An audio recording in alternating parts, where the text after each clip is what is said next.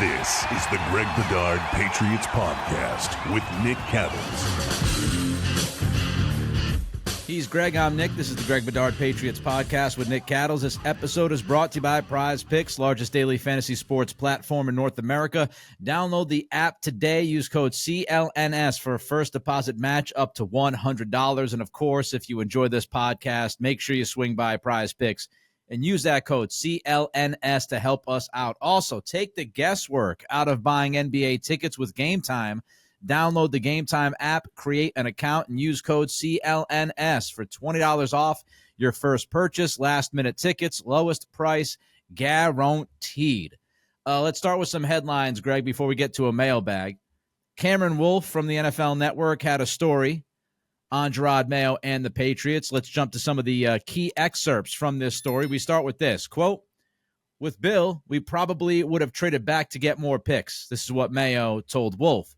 "Our path for so long has been accumulating more picks because it was our process, and we still believe in that. But we also believe when you're at a position at number 3, you have to get it right and get a cornerstone player.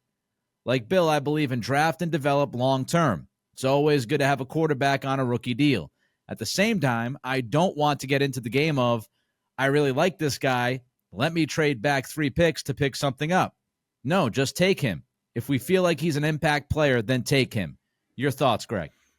I agree with Jerod Mayo's sentiment on that. I really don't understand the need to bring Bill into it. I mean, we don't know what Bill would have done. Yeah, he could have traded back, and he could have said, you know what, whether it's May, McCarthy, or Penix, and again, basing off some of his comments when he was on the Pat McAfee show during the draft. I mean, he absolutely raved about McCarthy and Penix. So is there a chance, and probably a pretty good chance, that Bill would have been, well, if I can pick up X, Y, and Z, then let me just trade back to like either the Giants or 6 or the Vikings at 11. And no matter what I get here, whether it's a quarterback or an offensive tackle or the best defensive player on the board, which probably would have been his pick. Yeah, he might have done that, but I don't know why Bill needed to catch strays there. Just say what your feelings were as an organization, and just leave it at that. But I do like the overall sentiment, which is if you have conviction on the guys, and it was further reinforced in this article that all top 3 quarterbacks, they had conviction on, that they felt good about those guys. And so they just stuck and picked. And I agree. And we talked about it leading into the draft. Like, you don't want to screw around. That's why I said, if you trade back, you better have a prearranged trade up to make sure that you get your guy. And that gets tricky depending on the other teams that you're dealing with. And maybe somebody could jump you and all that stuff. So I like that they had conviction and just stuck and took. I just don't understand why Bill's catching strays. Do you think that it's just because Mayo has Bill on the brain? And what I mean by that is he knows when he took this job, everybody's going to look at this as the guy who's replacing Belichick. So does Mayo almost feel like he has to address what Bill would have done to continue to remind people that he understands he's replacing Bill? I don't know if it's subconsciously at this point, but it does feel, Greg, like he almost is compelled to bring up Belichick's name, to draw the line between he and Bill. Yeah, I guess. I still, it's obvious that he has Bill on the brain. And, Bill was mentioned a lot in the story, and about how, Mayo's not afraid to come after Belichick and Brady and stuff like that. I just don't know how healthy it is for the organization. Now, that being said, I don't think it's a huge deal. It's not a crisis at this point, but if I start hearing all the time that he's bringing Bill up in team meetings and Bill would have done this and we're doing it this way, then I'm going to be worried. But for now, okay, I get it. It's a new direction, and you're just differentiating yourself from the previous regime and this one, which was basically the theme of the story about how Mayo is putting his imprint on the Patriots and how they're doing things differently than when Belichick was here. Well, that was another question I had is I would love to know what the questions were leading to some of these answers. Because if Cameron Wolfe asks Jerod, compared to Bill Belichick and his philosophy and how he ran drafts, how would you say yours differentiated at number 3? Like, if that's the question, then I understand Mayo invoking the name of Belichick because that's what the question was. So there's also that part of it, too. All right, let's jump to another key excerpt. Wolfe writes, inside the Patriots facility, the walls tell the story of change. Nearly all the signs and emblems of the Belichick era, including those that read the Patriot Way and do your job, have been replaced. Now the first hallway signs you see when you walk in the building read, "We, not me. Hard work works, and process, progress, payoff." The latter is also the theme Mayo has set for his first season as head coach. Another wall reads, "When we win together." A phrase that came from Alex Van Pelt after Mayo encouraged his assistant coaches to contribute. Mayo loved it. Now it's in every meeting room. Mayo provided the vision themes on adjusting the wall decor, and the project was brought to life by Executive Vice President, here we go, a football business and senior advisor to the head coach, people get excited, Robin Glazer, who oversees all business elements of the football team. Together, Glazer said they wanted to highlight what Mayo wanted the team to represent. Notably, an asterisk is incorporated with each phrase, highlighting a key word, we, works, payoff, together. The asterisk symbolizes the North Star because, as Glazer said, the North Star constantly moves, but it's something we always strive for. This is another core idea for the team. Okay. Now we're starting to get into territory that's starting to borderline frighten me a bit. Like I don't, and there was a whole nother section about this mural and Jerod Mayo and apparently Belichick's somewhere in some mural, you know, along with all the other great coaches and executives the Patriots have had. Like, yeah, let's just lump Bill in with Raymond Barry or whatever. You know, on this stuff, I don't mind the messaging. I like to do a lot of it myself in my coaching. I did chuckle though. I did chuckle though about the Alex Van Pelt thing. That what was it? It says, "When we win together." A phrase that came from offensive coordinator Alex Van Pelt after Mayo encouraged his assistant coaches to contribute. Mayo loved it. Now it's in every meeting room. I'll just say this. I hope his offense is more inventive than his catchphrases. I mean, because you couldn't get more bland, vanilla. And look, it's just, I'm not criticizing Van Pelt. I just think it's just funny. It just struck out to me as funny the first time I read it. And that was my initial thought was, I hope he's more creative with his offensive plays than he is his catchphrases. The other thing, so apparently it sounds like Robin Glazer was made available to Wolfe on this story because, you know, unless it was relayed through Mayo or something like that, but because it said Glazer said, so she's been made available to the Dynasty and NFL.com. And I've had a standing interview request for her since she got named to the position, just to be clear. And I'm sure every other reporter on the beat has asked for that. The North Star thing, I mean, now we're starting to get into corporate buzzwords like this is Amazon or Apple. And again, maybe this goes to Nick when we talked about the whole Jerod Mayo candidacy, like way before it was even known he had the job. You know, we talked about, like I talked about that a lot of people view Mayo as sort of like the evolved sort of tech CEO for the Patriots. If, you know, Belichick was more like, you know, IBM in the 1980s, Jerod Mayo's like, you know, the Amazon or Apple for today's Patriots. But like, and I think we're going to get into this more, but talking to people around the team, I'll just say this. They're waiting to see the substance behind the feelings, the buzzwords, the things like that. I'm not saying it's not there. Maybe the situation hasn't presented itself because they haven't really done anything. But the feedback that I'm getting is that a lot of Mayo's tenure to this point has been this kind of stuff. Messaging, buzzwords, telling the assistant coaches that one of the priorities is making sure the players are happy, things like that. And who knows? It may work. I can't tell you whether it's going to work or not because I'm just so used to in my career covering a different NFL and certainly Belichick and the Packers.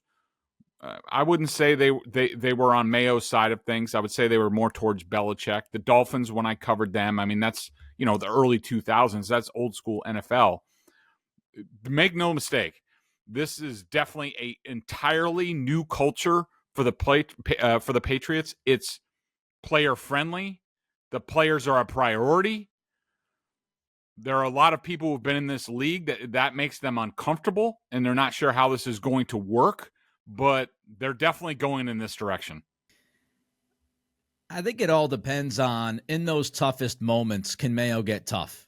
Can Mayo be that guy? And I think Mayo's telling us he believes he can be that guy, so maybe he will be. I don't know if it's, giving the players power, so to speak. I think it's more just treating them in Mayo's eyes as humans and trying to establish that personal connection before you rip a dude. And like you said, who knows? Can he draw that line? Can he be good cop and bad cop? Can he be good cop and have somebody else be bad cop? That's all going to, come out to pasture, and we'll see if it actually does develop that way and it works. But I don't think he is, at least the way I read it, I don't think Mayo is stumping for, the players to have more power and say. I think it's more, I want to establish this foundation of a relationship first. But when it gets to football, it's going to be coaches to players. But we want to treat them like humans, but it's still going to have the power structure. At least that's what I would hope. And I don't read into what he's saying as a switch or a pivot from that. Could be wrong. He could be giving the players power. Like I said, and we don't know until he's actually out there. We'll see how it plays out. All right, talking about the draft and aggressiveness, Cameron Wolfe of the NFL Network writes, the Patriots attempted to trade back into the first round for the number 32 overall pick to acquire a wide receiver, with South Carolina's Xavier Legette and Florida State's Keon Coleman graded high and similarly on their boards, per sources with knowledge of the Patriots' plans. Instead, the Bills traded the pick one spot back to the Panthers, who took Legette. The next day, Buffalo took Coleman with pick number 33. So then, of course, we know that Wolfe traded back a few spots from 34 to 37 and drafted Jalen Polk from Washington. Just your read. We've heard some of this. Mike Reese had mentioned over the weekend that the Patriots try to get back into that first round and had discussions with the Bills. But what did you take from this portion of the story, Greg? So my takeaway from this was, first of all, I just don't agree with the writer is basically giving the Patriots points for something that they didn't do. Like one example of their aggressiveness. Well, they wanted to trade up, but failed to do it. I don't really agree with that. It sounds like pity points. And like, it's either you do it or you don't. I mean, how aggressive were you in getting up? What kind of, if you were really aggressive and you're like, this is the guy that we want, offer more, blow him out of the water. This is something that the Bills can't turn down. Also, just looking at the bottom of the first round. So, the Chiefs traded up to 28. Patriots could have done that. Could they have gotten why didn't they trade up earlier? Why were they relying on the Bills in their own division? Like, you knew if you're going to do that, you're going to have to blow them out of the water. I wouldn't trade in the division, especially, handing somebody a wide receiver or what have you, without paying a premium. The Cowboys Maybe they were going to stick and pick Tyler Guyton, the offensive tackle. The Patriots could have done that. The Ravens love to trade. Maybe they wanted Wiggins. They needed a cornerback. Maybe they probably didn't want to move off at the end of the day. But DaCosta trades all the time. It's very possible, and they certainly traded a lot with the Patriots over the years. You know, how much did you offer to the 49ers to get to Ricky Pearsall's spot where all three of those receivers would have been on the board? So, like, I'm not giving them points for attempting to do something. It's either, you know, what's Yoda say? Do or do not. There is no try. Like, you know, they didn't do anything. So I'm not giving them points for it. And if they wanted a player, like, go and get them, you know, but they didn't do that. Yeah, it's interesting. I mean, it's so tough because we don't have the context of these conversations, right? Like, we don't know if the Patriots believe that Leggett could fall to them at 34, and then as the draft kind of unfolded, they might have realized in real time, all right, if we want that guy, we might actually have to get up in there and draft him. And so maybe the calls at that point changed. The tenor of those calls changed. I don't know. It's also interesting, you know, when you look at it, how much was Buffalo? Like, we don't know what was offered to Buffalo from New England versus what was offered to them from Carolina. And Buffalo could easily look at it and say, well, we want one of Coleman or Leggett. We're not going to move to 34. Like, we're at 32 right now. That was our big move down the board. And so if we're going to move into the second round from here, we don't want to go to 34 because somebody can leapfrog us. And at 33, now we screwed ourselves, right? Because if they had, let's say Buffalo had a very similar grade like the Patriots did on Coleman and Leggett, they could look at it and say, all right, Carolina, who are you picking? And let's not forget, Leggett went out there publicly and told the world that Carolina told him that if you're there at 33, we're going to draft you at 33. So pretty much everybody in the NFL at that point knew Carolina wanted Leggett. So if Buffalo wanted Keon Coleman, they're at 32, and they say, well, if we move back to 34, Patriots are drafting Leggett.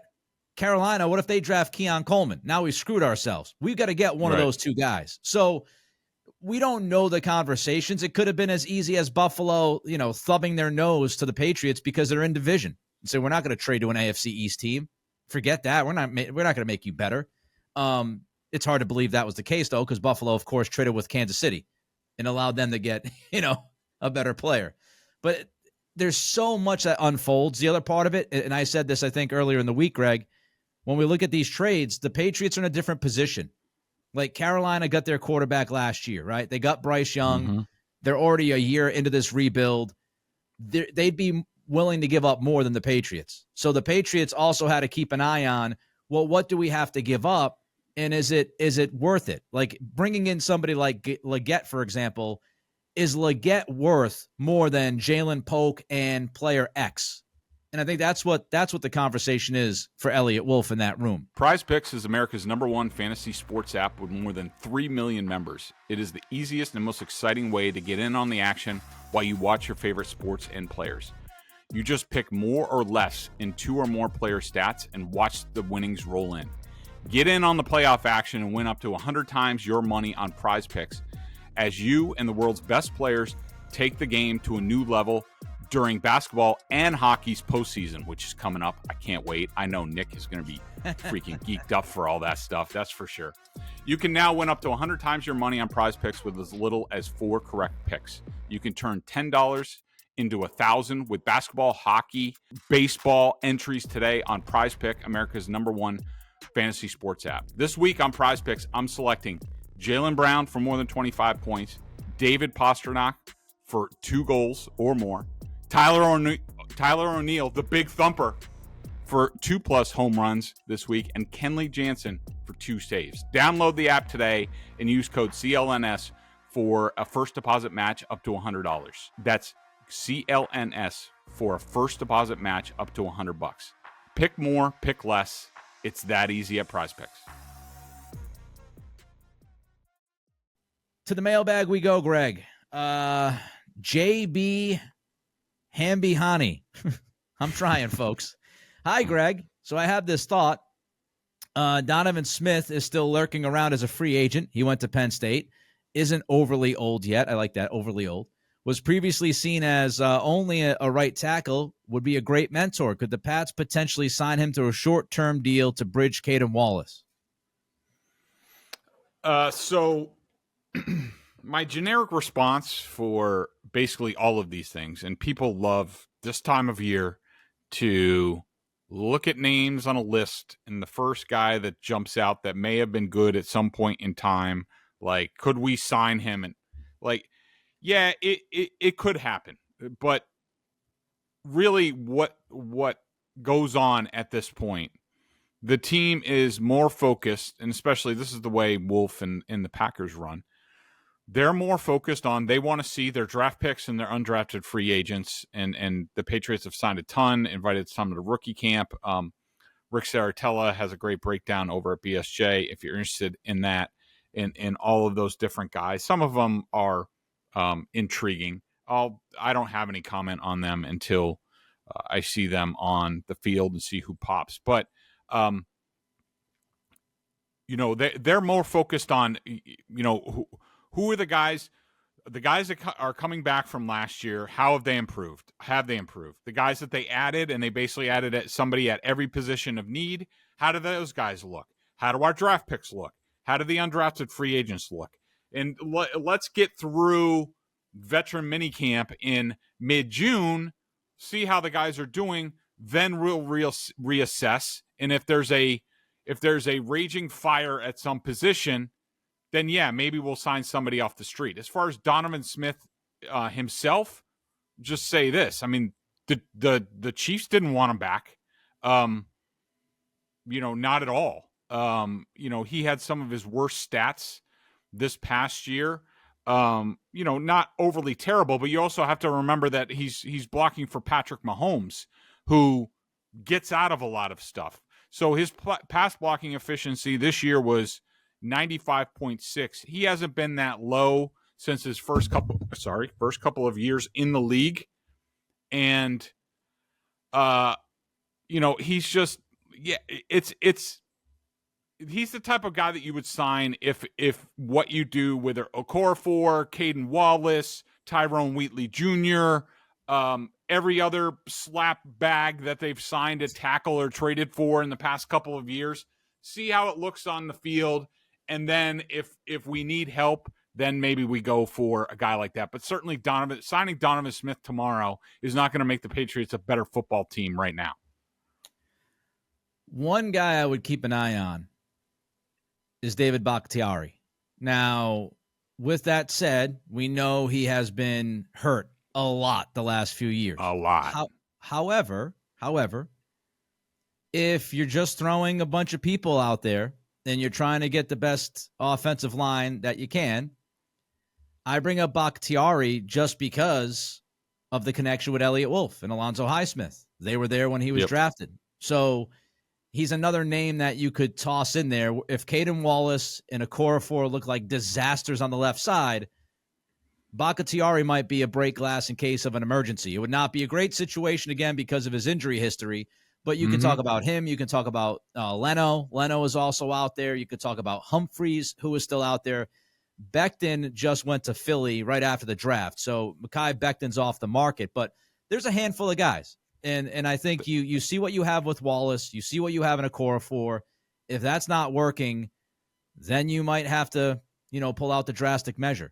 All right, BH. Yeah, it's interesting that you mentioned Becton, and you know how I feel about Becton. Like, I mean, when he's right, he's unbelievable. Like, I kept seeing his name out there, and I was like, why wouldn't the Patriots just take a flyer on him? And if they have any conviction about, these offensive line coaches, and, maybe he was in a bad position with the Jets and what they have there on the offensive line, like, that was certainly interesting for Philly. And Philly's not a chance to take, a flyer on a guy. I mean, Becton, just the talent, I would have taken a flyer on it just to take a look at it. And if it didn't work, it didn't work. But I don't know.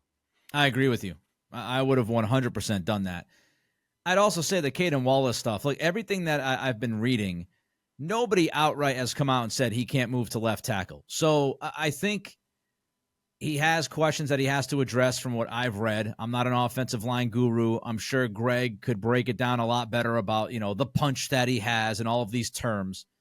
But from what I've read, it seems like people believe that there's at least a possibility that he can move to the left side. Brendan Thorne is somebody who's a very respected offensive line guy, trench warfare, Bleacher Report. I was reading Evan Lazar earlier today, and Thorne makes the point of, he doesn't say it's a guarantee that he can do it, but he could see some of the traits that would allow that to happen. So I think it's a case of you put Wallace out there, you put a Okorafor out there, and you hope that one of those guys can figure it out. And then if not, then you start looking around. All right, still have Sanders. Anderson and other guy. Anderson, right. Wheatley. Vidarian Lowe, your guy. Vidarian Lowe. So I will say this. I don't know if it's going to work out, but I like the idea of having a bunch of bodies. Like, you weren't going to be able to fill every critical spot perfectly this offseason.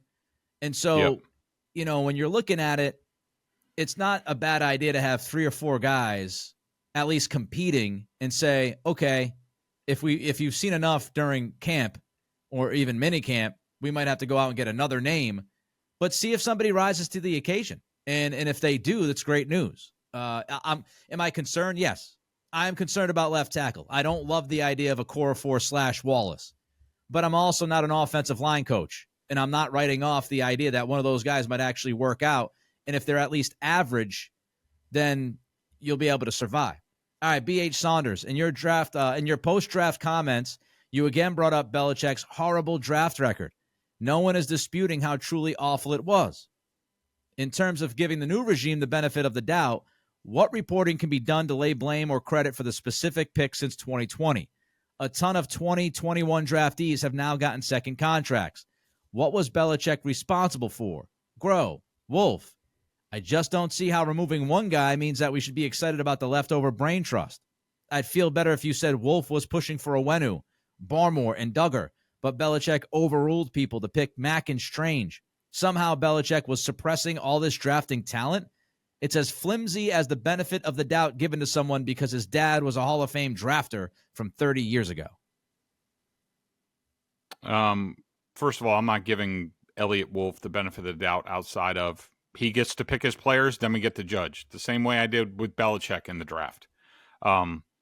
So if you believe that I'm giving somebody the benefit of the doubt, it's the same benefit of the doubt I gave Bill. Those guys, Bill and his scouting staff, and I say this every year, those guys have been scouting those guys for years. They get to go to the schools. They talk to the coaches. They talk to the players. They go dive into the background. They have way more information than we do.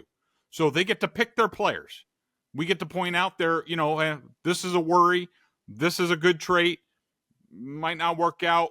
Character flaws. By the way, Javon Baker, could be some red flags there. Just saying. And part of the reason why he dropped. They get to make their picks. And then we have the scoreboard at the end of the day. And, B.H. Saunders can ask all he wants about who was responsible for who. First of all, that's a bunch of bullcrap. Like, number one, it's Bill picking the players. The bottom line is Bill approved every single pick. He had final say. Okay? Second of all, I don't believe any of these reports when it comes to regime change and things like that, where people will say, yeah, I'm sure it'll leak out that Elliott Wolfe and Matt Groh were responsible for every single guy they signed to a second contract. It's a bunch of bullcrap. So if you're waiting there expecting that, just stop. Okay? What are some of his other points? He said that the benefit of the doubt thing, the suppressing all this drafting talent, somehow Belichick was suppressing all the talent. We all know by this point in time, how many more different people do you have to hear it from that Bill was basically his own kingdom, didn't bring many people into the process, often only relied on his own research when it came to these draft picks and coaching buddies. How many times do you have to hear it to be convinced of it? And and we've also said just because this process has featured more collaboration and all that stuff, none of us knows whether it's going to work. It could completely backfire. But for these Bilbos to sit there and still get sensitive about Bill's drafting record, and again, I think you and I are both of the opinion that it's been better in recent years. Now, did they overdraft some people like Cole Strange and Tyquan Thornton and things like that? Yeah. But the facts are the Patriots were a 4-win team, and Bill's in charge of all the personnel. And they didn't fall to 4 wins just because everybody's feelings were hurt and Bill was a big meanie and things like that. They just didn't have enough talent. And so now the new regime gets put in charge. They get to start picking the players, and then we start to judge them and, give them grades and things like that. This is how it works. Couple things. That was a fantastic rant. Couple of things. Thank you. First of all, you can't judge a guy on the job he did until he does the job. So, yes, when somebody is doing something for the first time, they get the benefit of the doubt until they prove unworthy. To me, Jerod Mayo, he gets the benefit of the doubt to do things the way he wants to do right now in that facility. If it flames out horribly, then we say, well, that didn't work. Mayo failed. But why would you say, I just don't believe in saying, oh, this is not going to work. I've made that mistake. Years ago, I looked at Dan Campbell's press conference in Detroit and said, this is going to end awful. I even did it before, last season when they were on that TV show. Come on now. Hard Knocks. When they were on Hard Knocks and he was crying in like a bubbly mess at practice. And I said, wow, this guy is too emotional, because I bought into the almost Bill Belichick, you can't be emotional, you can't be different. And so I wrote off Dan Campbell. Well, look at what Detroit's done. So until somebody actually tries to execute what they want to do, you can't freaking judge them. I'm sorry, you just can't. And so we will see. This is the unfortunate part as well to Robert Kraft, the lame duck status of these contracts and everything. This has been my beef from day one. If you let Elliot Wolfe do the job now, you have to let him do the job until at least next year, if not going further than that, because how in the hell are you going to grade his drafting within 3 weeks? His contract is coming up. Are you going to say, well, you know what? I didn't like your draft. We don't know. We all have gut instincts, and we could say we like this guy, but how many times have we said that and it hasn't worked out? And then we say we don't like this guy and it works out. So it's part of the process. As far as Belichick's drafting, this drives me bananas. Every single time a Patriot that was drafted by Belichick signs a contract extension, people have to jump on Twitter and go, thought he couldn't draft. Nobody said. Mike Lombardi. Yeah, nobody said that Belichick failed at every single pick that he made. Nobody said that he was incapable of hitting in the draft. We look at the balance of it. You look at the totality of the track record over the past 8 or 9 years, and the totality of that track record was not good. You can't pick out every single individual pick that makes sense and go, see, he was really good. Like, what are we doing here? How about paying attention to the other ones that didn't work out? That's what you're supposed to do. And by the way, not many people had a beef with Belichick defensively. I don't think you've heard Greg say anything about the defensive players that he picked. You haven't heard me say anything. Nobody sat there and said, Bill Belichick can't draft defensive players anymore. The reason why, and I hate having to go through this again, but we've got to go through it every once in a while because people can't help themselves and stand on the hill and plant the flag over arguments that just don't make any sense. Bill Belichick is not here anymore because he failed to build the offense. I'll say it again. Bill Belichick is not here anymore because he failed to build the offense. Who re-signed this offseason? Who re-signed? Hunter Henry. Okay, great. Did he draft him? Not the last time I checked. Kendrick Bourne. Did he draft him? Not the last time I checked. Michael Wenu. Yes, he drafted him. Put that in the column for Bill. Everybody else has been defensively. Barmore, Duggar, Jennings, Uche. Nobody on this planet has denied or debated that Belichick is not a great defensive mind, does a fantastic job from week to week game planning the defense, develops those guys very well. That was never the argument in the first place. Stop moving the goalposts. He built this offense to be a joke, which is why you can't fix all of it in one offseason, because there were a billion holes to plug in the boat. That's the problem. You can't trust him to build an offense. You can't trust him to draft a quarterback and develop that quarterback correctly. You can't trust him to build a support system around that quarterback. You can't trust him to get the offensive line coaching right after Dante Scarnecchia has said goodbye. You can't trust him to bring in an offensive coordinator to be consistent, to help that young quarterback. And he destroyed Mac Jones because of all of the above. That's why he doesn't have a job. To go along with this idea that he wasn't willing to cede the power. If he was willing to just be head coach and let somebody else pick the groceries and be on the same page, I don't think we're having this conversation to begin with.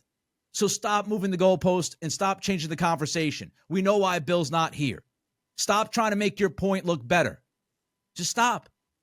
He built this offense like crap post Brady, and he built it like crap back in 2018 and 2019. That's the problem. It's offense.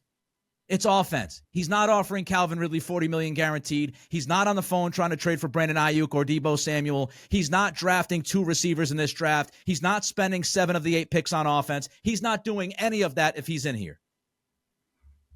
Okay, I'm done. Nice. We all need to take a deep breath. Mm-hmm. Thank you, Saunders, for motivating me to get passionate about that. I appreciate you. Let Greg tell everybody why we should appreciate Game Time. The Celtics have vanquished the Heat and are now on to the Eastern Conference semifinals, where they will have home court advantage again.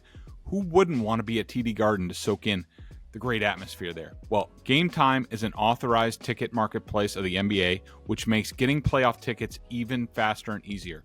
Prices on the Game Time app actually go down the closer it gets to the tip-off. Killer last-minute deals, all-in prices, views from your seat, and the lowest price guarantee. Game Time takes the guesswork out of buying NBA tickets, and it's super easy. I love the seat view component, Nick. I don't know how you feel about it. I will not buy tickets to any sporting event unless I can get a view on where the seats are going to be. Maybe I have a little Fenway fatigue, but on the app, it says right in there, when you're about to buy those seats, they give you a panoramic view of the seats. I love that component of it. Take the guesswork out of buying NBA tickets with Game Time. Download the Game Time app and create an account and use code CLNS for $20 off your first purchase. Terms apply. Again, create an account and redeem the code CLNS for $20 off. Download Game Time today. Last minute tickets, lowest price, guaranteed. All right, let's get to Tim 4219. We'll breeze through a couple more here, the mailbag questions. Yep. Greg, do you anticipate Wolfe being given a new contract and the official GM/VP title? If not, or even if yes, have you begun to hear anything about outside front office candidates that may be looking to come aboard? Not yet. It's a little early for that. People are sort of personnel guys get away after the draft. They've been doing a bunch of work. I mean, they'll have meetings about some meetings about like regrading their draft and, sort of learning from what happened in this draft and the lessons from it. And then they'll take a little bit of a break. I would anticipate, I haven't heard anything on that front. Do I think Wolfe will get a new contract at some point? Yes. But they're going to have to interview other candidates to fulfill the Rooney Rule requirements and stuff like that. What's his title going to be? I have no idea. I would hope that it would be Vice President of Player Personnel. I mean, if Robin Glazer can have a title of Executive Vice President of Football Business and Senior Advisor to the Head Coach and Intergalactic Manager, then I think Elliot Wolfe, we can do a little bit better than Director of Scouting. Like, can we get a Vice President of Player Personnel? And I think it's going to be that at the end of the day. I think that it's wink nod type of thing. Of course, they have to, uphold the Rooney Rule and all that stuff. But I figure it'll get done at some point. Ma'am, what is your title? Well, that's going to take a while. Have a seat. Lots of words. How about that business card? Oh my God. It's like it's a business sheet. It's not even a card. It's going to be like a whole sheet of paper. All right. Mark Bennett, the Patriots still have between now and the first few games of the season at least a high waiver wire position. What positions could you see them churning their roster on cut down day if a young player cut is better than someone they have?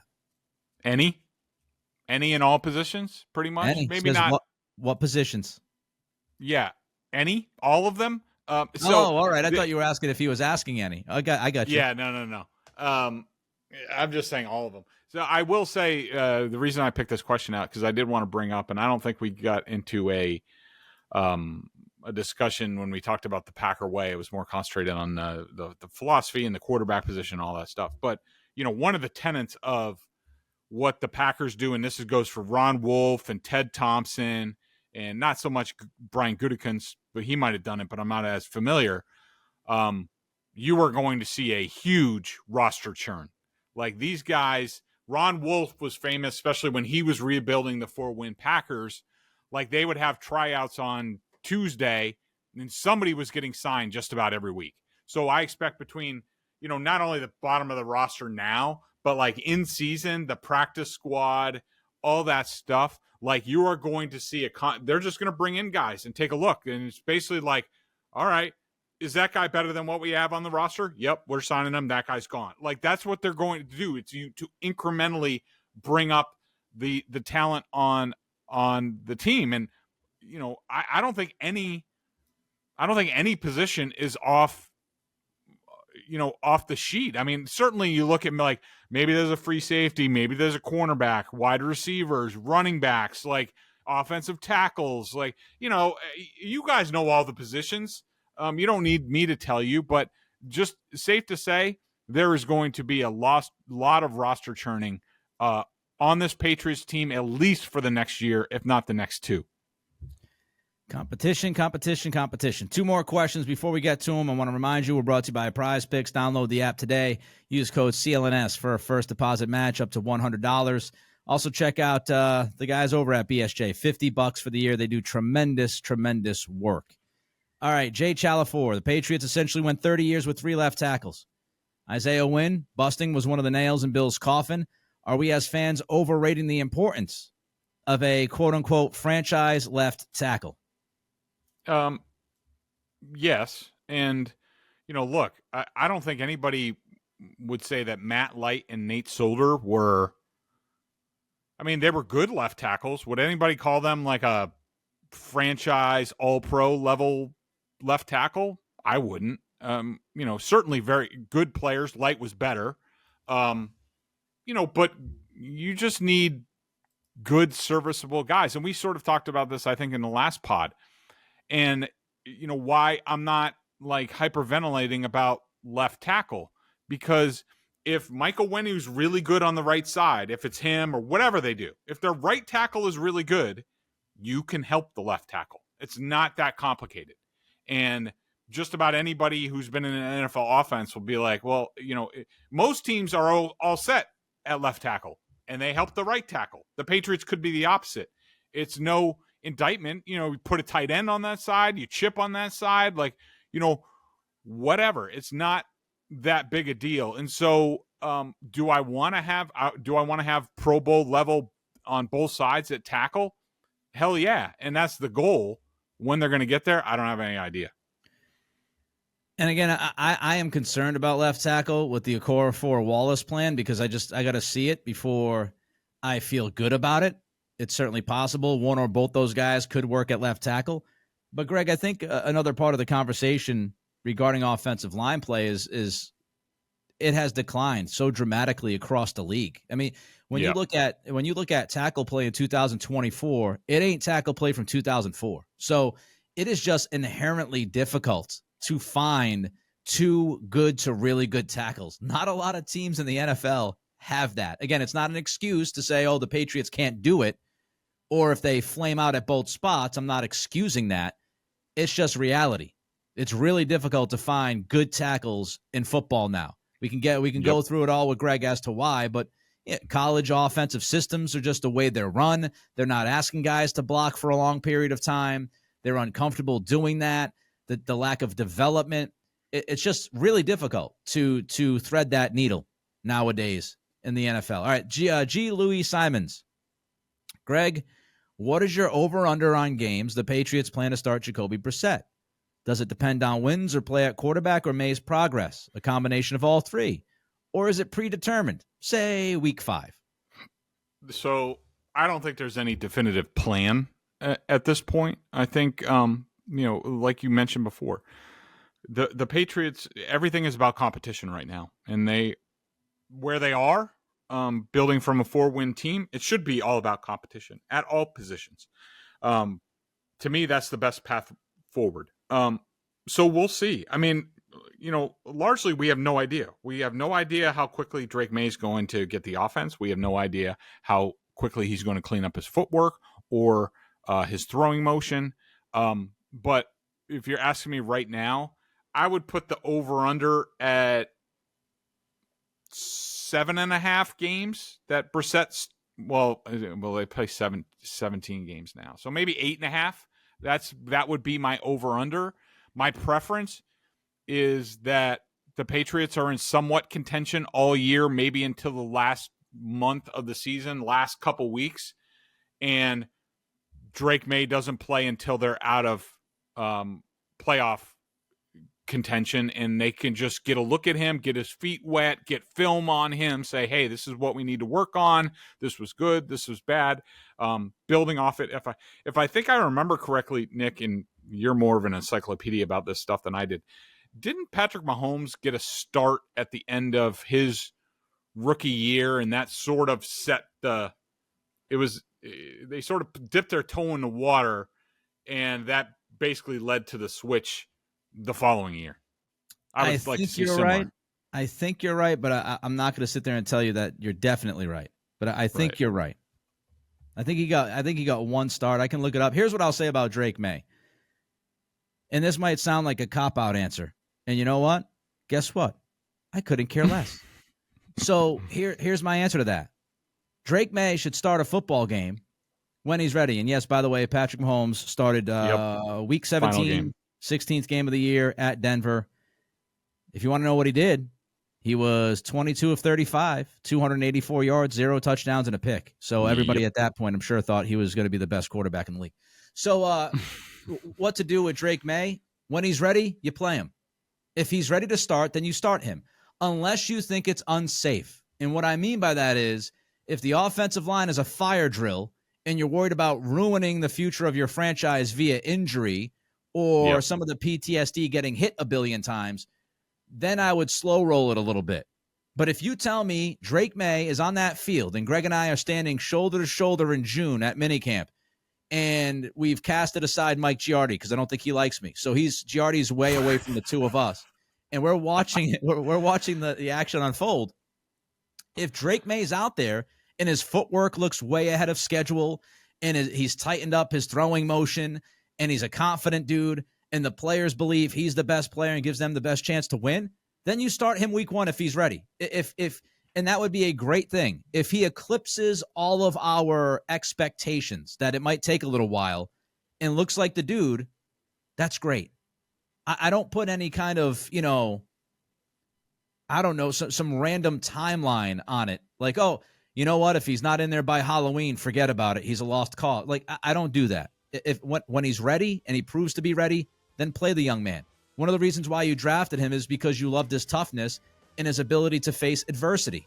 So he might have to face a little bit of adversity. But if he's ready and he's cleaned up, let the young man throw the football because that's what you drafted him to do.